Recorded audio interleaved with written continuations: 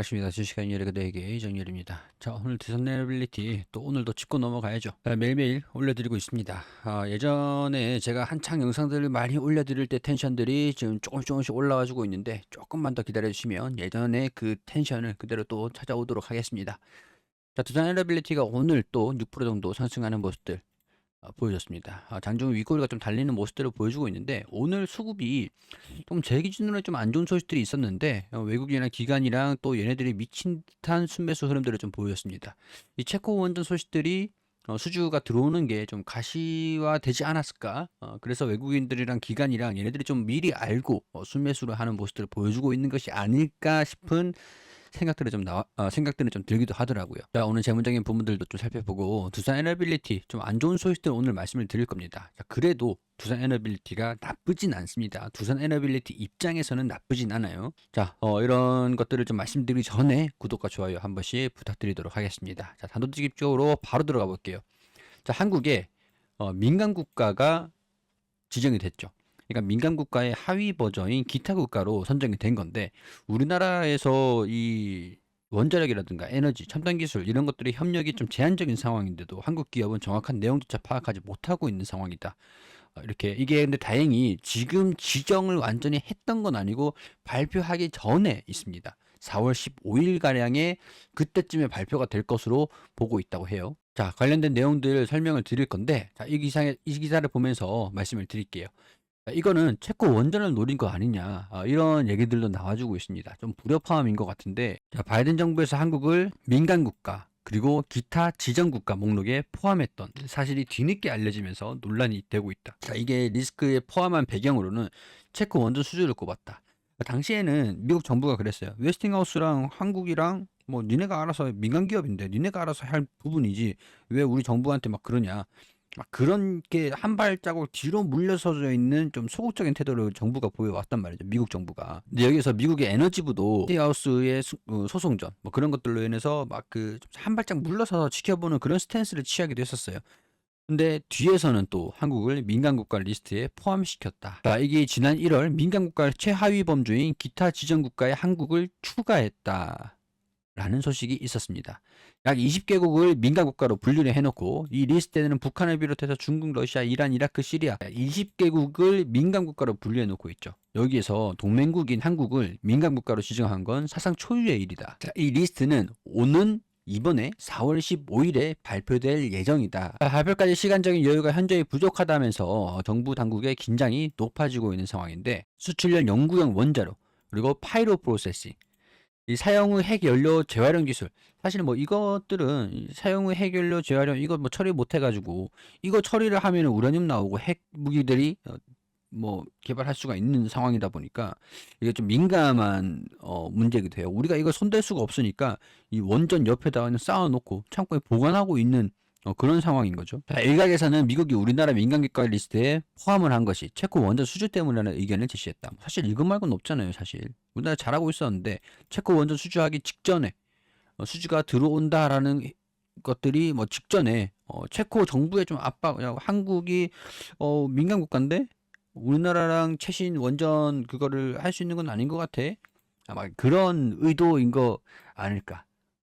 좀 뒤에서 은근히 좀 압박을 하는 압박 카드로 좀 꺼내든 것 같다. 요즘 좀 미국이 좀 쪼잔한 것 같아요. 그죠? 한국이 민간 국가로 지정된 건 어제 오늘의 이야기는 아니고 그 이전부터 오랜 기간 논의가 됐을 것이다. 뭐 사실 하기도 이것도 말도 맞는 것 같아요.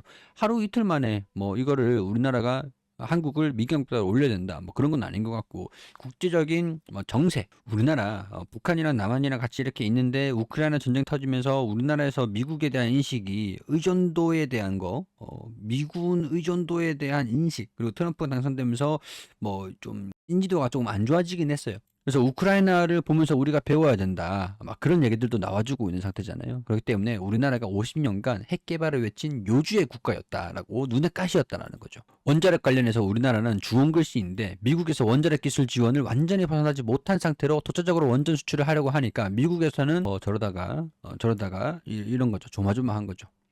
이 발표 시점인 4월 15일인 것도 생각해 봐야 된다. 야, 우리가 이렇게 되면 그러면 아랍 원전을 바라카 원전을 수출을 했던 건 어떻게 가능했어요?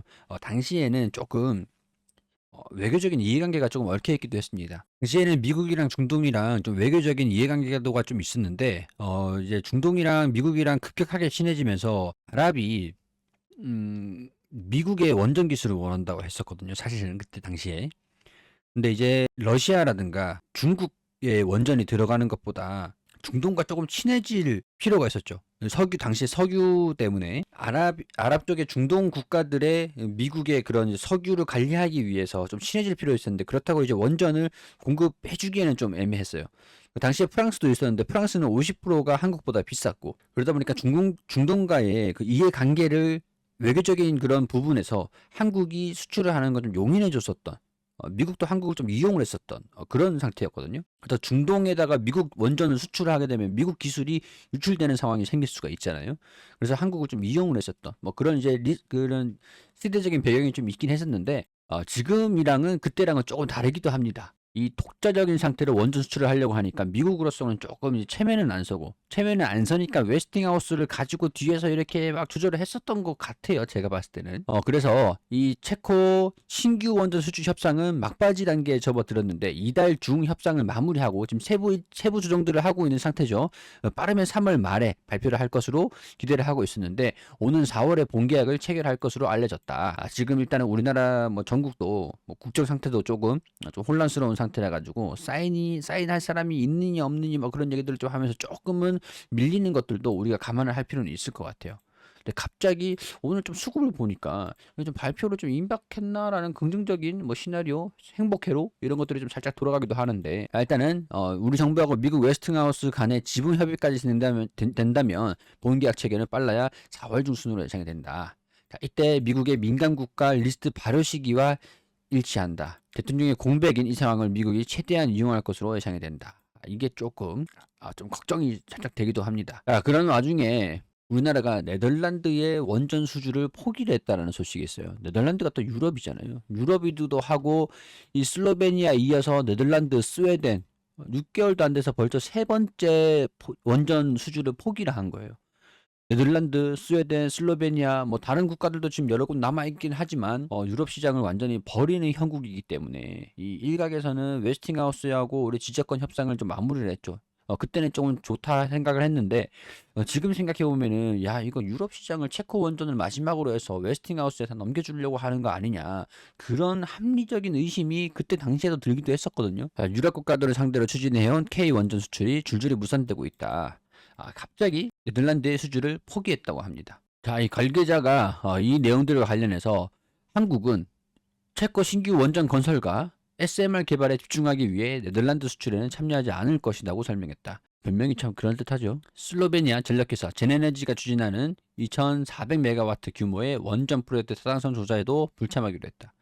스웨덴 원전 수출도 포기하기로 했다. 자, 이 와중에 웨스팅하우스는 자사가 개발한 3세대 가압 경수로형 원자력 기술인 AP1000을 기반으로 한국 현대건설과 스웨덴 원전 사업 협력을 위한 협약을 체결한 상태다. 자, 올해 초에 종료된 웨스팅하우스와 지적권 분쟁에 영향을 미친 것이 아닌가. 체코 원전 수주를 발판 삼아 유럽 시장에 본격 진출하려고 했다가 지제서 협상이 종료된 이후에 유럽 내 3개국 원전 수주전이 잇따라 물러난 점이 석연치 않다. 자, 근데 이 다행스럽게도 두산 에너빌리티가 이 웨스팅하우스에 주기기를 공급하는 기업이기도 합니다.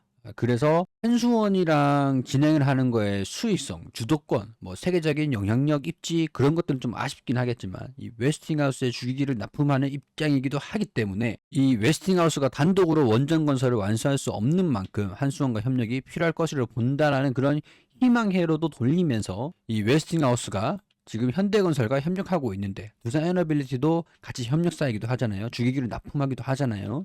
그렇기 때문에 이 웨스팅하우스에 대한 유럽 수주가 두산 에너빌리티도 이어지지 않을까 이렇게 희망 회로를 돌려볼 수 있을 것 같습니다. 변명은 체코 원전에 집중하겠다. 뭐 하긴 뭐 그것도 그래요. 뭐 공사 일정이 중첩되는지는 모르겠지만 체코 원전에 집중을 하면은 네덜란드 원전은 못 짓는가 봅니다. 참 아쉬운 소식이긴 해요. 유럽 원전, 한국은 중동 동남아하고 웨스팅하우스는 유럽 원전을 하고 하긴 뭐 중동이랑 동남아 같은 경우는 조금 체계적인 사회주의냐, 뭐 자본주의냐, 뭐 민주주의냐 약간 그런 부분에서 차이가 좀 있기 때문에 조금 그 진영에 대한 이념의 차이가 좀 있죠. 그러니까 외교적으로 봤을 때도 중동이랑 동남아 이런 쪽으로 미국의 원전 기술이 유출될 가능성들 때문에 사실 미국 기업으로서는 이쪽 지역은 참여하기가 조금 애매한 국가이기도 해요. 그래서 유럽은 상대적으로 유럽연합하고 미국하고 거의 동맹국이잖아요. 그렇기 때문에 뭐 그런 일은 없겠죠. 기술 유출이라든가 그런 건 없겠죠. 그게 이 기술이 중국이나 러시아 쪽으로 흘러 들어갈 그런 일은 생기지 않겠죠.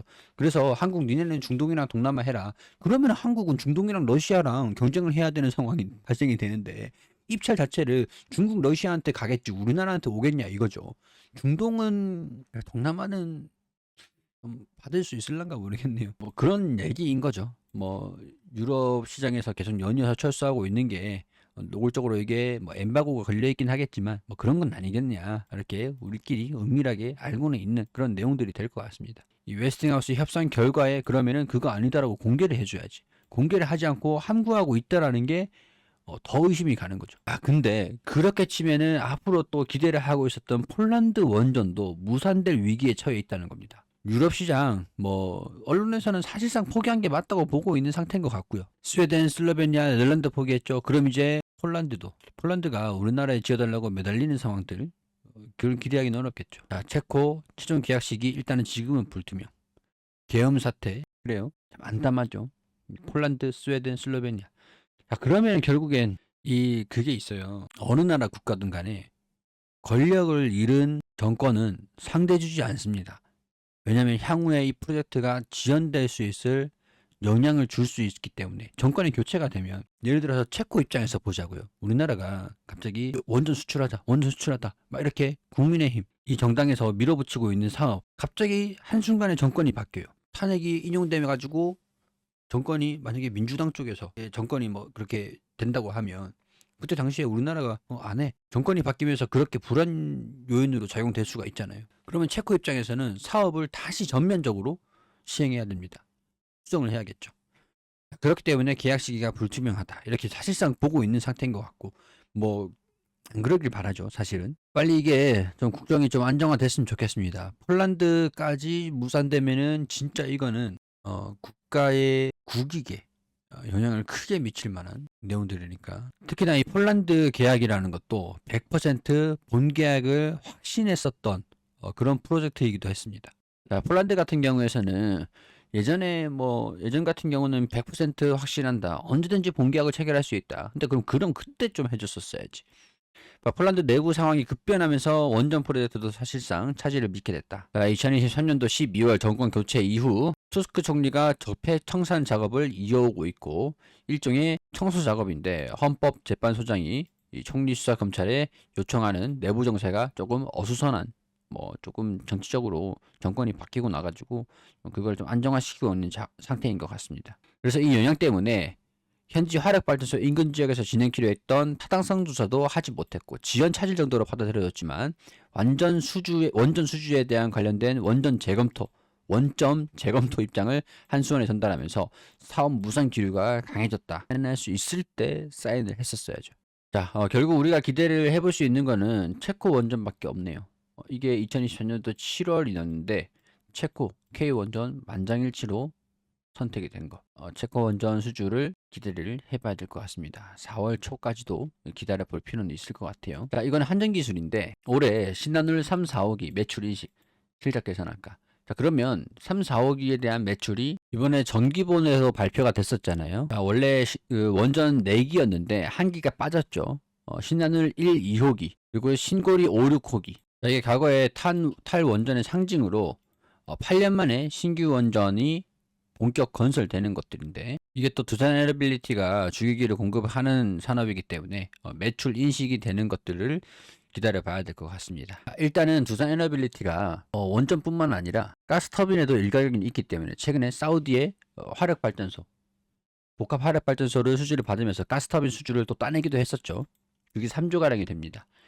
웨스팅하우스의 주기기를 납품할 수 있을 가능성도 있고 신한울 국내 원전에도 매출 인식이 반영될 수 있을 것들도 예상을 해볼 수가 있는 거고 원전 의존도가 아니라도 다른 풍력이라든가 가스터빈이라든가 이런 산업군에서도 발군 역할을 하고 있으니까 발군을 보여주고 있으니까 두산에너빌리티 입장에서는 조금 돌아간다 뿐이지 나쁜 것들은 없다고 생각을 합니다. 그렇기 때문에 외국인이나 기관, 금융투자에서도 순매수 흐름들을 보여주고 있으니까 단기적으로 긍정적인 움직임들을 보여줄 수 있을지 기다려 보자고요. 자, 두산 에너빌리티 영상들 계속 올려드리고 있는데 우리 협업사 안내 제가 계속 드리고 있죠.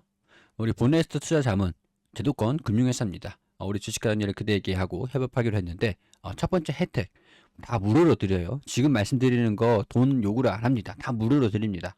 자, 검색식 제공을 해드리는데 우리 12월 4일 써니전자하고 코나아이 그리고 12월 6일 파미셀 한번 보겠습니다. 자, 이 검색식이라는 게 우리가 시장에서 모든 종목들 상장되어 있는 모든 종목들 차트를 매일 다 확인하면서 재무 수급 다 보면서 어떤 사업 영위하는지 차트가 어떤지 다 분석하기가 어려워요. 그렇기 때문에 순이익이 잘 나고 있는 종목들 중에서 외국인 또는 기관이 순매수를 계속 보여주고 있는데 갑자기 급등하는 이런 모습을 보여줄 때 알려줘.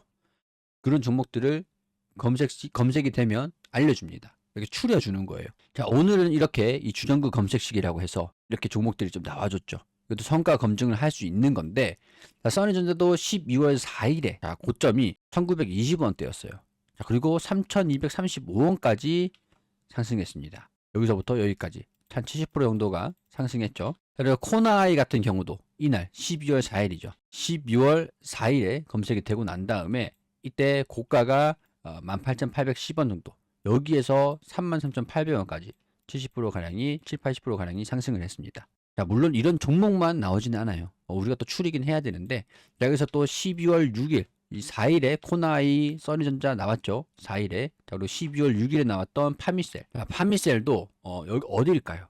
바로 여기죠. 검색식 효과가 상당히 괜찮죠. 저도 자주 이용하는 검색식입니다. 여기에서 12월 6일 파미셀 고가가 5,250원이었어요. 여기 5,250원 수준이었거든요. 12월 6일에. 자, 이거는 검색식 적용하셔가지고 성과 검증하면 다 나옵니다. 자, 그리고 이때 이후에 이때 뭐 조금 고점으로 이때쯤에서 지금 12,920원까지 얼마죠? 140%가량이 상승했습니다. 자, 이런 종목들 이렇게 올려놓고 검색되는 종목들 이렇게 찾으면 돼요. 이렇게 찾아내면 됩니다. 검색을 하면서 보면 되는 거죠. MDS 테크 괜찮네요. 이런 것도. 자, 이것도 검색식으로 설정을 해 두시는 건데 제가 이렇게 입력하세요라고 PDF로 전달 드릴 거지만 우리 검색식을 한 번도 만들어 보지 않으신 분들도 분명히 계시기 때문에 제가 이 PDF를 보면서 하나하나 어떻게 입력하면 되는지 이렇게 영상을 설명했던 영상들, 그리고 어떻게 활용하시면 되는지 이런 식으로 다 촬영을 해서 영상도 같이 드릴 거기 때문에 그냥 따라서 만드시기만 하면 됩니다. 자, 이거 제가 영상과 PDF로 드려야 되기 때문에 여러분들 뭐 우편으로 드릴 수는 없잖아요. 우편 대신 이메일을 저한테 말씀을 해주시면 제가 이메일로 보내드릴 거예요. 영상 하단에 더보기 보시면 바로 신청할 수 있는 방법들이 다 나와 있습니다. 그리고 두 번째, 우리 증권사 리포트도 나와주잖아요. 증권사 리포트를 보시는 것처럼 우리 보넥스트 투자자문도 제도권 금융사이기 때문에 주간 리포트를 발행을 합니다. 이 발간되는 리포트들도 무료로 제공을 해드린다. 어떤 산업들이 어떻게 주목받고 있는지, 어떤 내용인지 설명을 드리고, 그리고 여기에 이 기업을 집중을 하세요. 주가 전망, 앞으로의 산업 전망들, 재무적인 전망들, 주가 그래프들 나와 있고, 목표가도 이 가치 투자를 기점으로 해서 내재 가치가 어떻게 되고 유통지수가 어떻게 되는데 일주당 자산이 어떻게 되고 영업이익이 어떻게 돼가지고 앞으로의 내재 가치가 어떻게 되는데 전망치가 어떻게 되니까 목표 주가가 얼마다, 이런 식으로 안내를 드립니다. 이렇게 주간 리포트도 드리고 있으니까 무료로 받아가시면 되고, 그리고 저도 이 방에 들어와 있어요.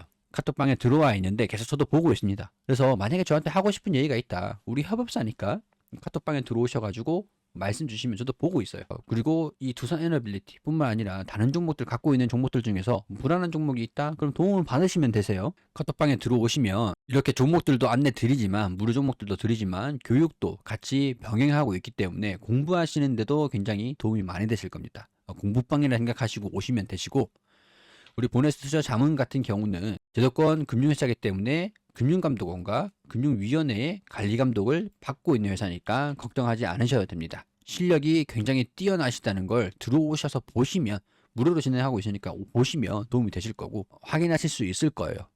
돈이 안 드니까 한번 들어와서 구경해 보시는 것도 괜찮겠죠. 그리고 이거 제가 드린 검색식이죠. 이것들도 질문들을 많이 주신다, 이렇게 협업을 하고 있으니까 이 방에서도 다 안내를 드리고 있습니다. 여기서 고생 많으셨습니다. 이렇게 대화를 하고 계시죠. 자, 여기 보시면은 이 관심 종목들을 드리는 거, 관심 종목이 아니라 종목 추천을 해주세요. 종가 추천주 이런 식으로 제가 영상에서만 조금씩 노출을 해드리는데, 동양철관도 대박이 났죠. 자, 9월 9시 10일 9시 10분 9시 10분에 3월 18일에 9시 10분에 동양철관을 드리고 난 다음에 46%가 올라갔어요. 이 매수가가 895원. 자, 3월 18일이죠. 9시 10분에 3월 18일 9시 10분에 드리고 난 다음에 지금 이때 드리고 나서 주가가 지금 최고점이 얼마 올라갔죠? 이때 드리고 나서 지금 뭐 44%, 46%, 이때 가지고 있다고 하더라도 32% 가량이 났어요. 하루 이틀 만에. 동양철관도 이렇게, 자 보세요. 왜 추천을 해주셨는지, 그리고 다들 잡으셨는지 확인도 해드렸고, 자, 이런 식으로 이분은 하루 만에 95만원, 그리고 손익금액이 150만원, 거의 월급의 절반을 벌어 가셨습니다. 이렇게 뛰어난 실력들, 승률 굉장히 좋아요. 지금 이렇게 상승 추세에 올라타고 있을 때, 시장이 좋을 때 오셔가지고 함께 하셨으면 좋겠습니다. 신청 방법은 영상 하단에 더보기 보시면서 이 이메일 또는 카톡이라고 보내주시면은 전부 다 무료로 제공을 해드리고 있으니까 오셔가지고 우리 구독자 여러분들도 함께 하셨으면 좋겠습니다. 많은 관심 부탁드리고요. 두산 에너빌리티, 최근에 조금 원전 관련된 소식들이 안 좋게 진행이 되면서 뭐 금전적인 소식들 동시에 좀 들려주고 있는 것 같은데, 좀 기대 요인들이 없는 것도 아니고, 뭐 그렇다고 원전 의존도가 너무 높은 것들도 아니고, 뭐 가스터빈, 뭐 여러 가지 요인들, 그리고 막말로 웨스팅하우스의 유럽 시장을 양보한다고 해도 두산 에너빌리티 같은 경우에서는 크게 영향은 없을 것 같아요. 웨스팅하우스의 주기기를 납품하니까. 그런 것들도 참고로 하셔가지고 두산 에너빌리티처럼 앞으로도 제가 계속 촬영을 해드리고 있으니까 구독, 좋아요 해주시고 우리 채널에서 계속 보시면 좋을 것 같습니다. 저는 여기서 마무리하도록 하고 다음 영상으로 또 인사드리도록 하겠습니다.